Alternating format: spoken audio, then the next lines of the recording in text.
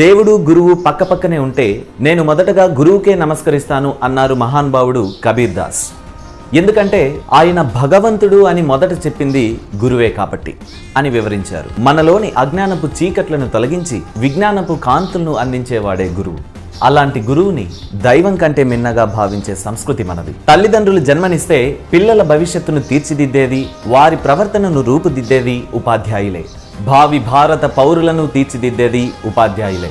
ఉపాధ్యాయులు దేశానికి ఉత్తమ పౌరులను అందించే సేవకులు. అందువల్ల ఉపాధ్యాయులను గౌరవించడం, సత్కరించడం అనేది దేశాన్ని గౌరవించడం, సత్కరించడంతో సమానం. ఇంతటి ఉన్నతమైన ఉపాధ్యాయ వృత్తికి వన్నె తెచ్చి గురువు యొక్క గౌరవాన్ని లోకానికి చాటి చెప్పిన మన దేశ రెండో రాష్ట్రపతి, మేధావి, విద్యావేత్త అయిన డాక్టర్ సర్వేపల్లి రాధాకృష్ణన్ జయంతిని ప్రభుత్వం ఉపాధ్యాయ దినోత్సవంగా గుర్తించింది. ప్రతి ఏటా సెప్టెంబర్ 5న గురువులను పూజించుకునే అవకాశం కల్పించింది.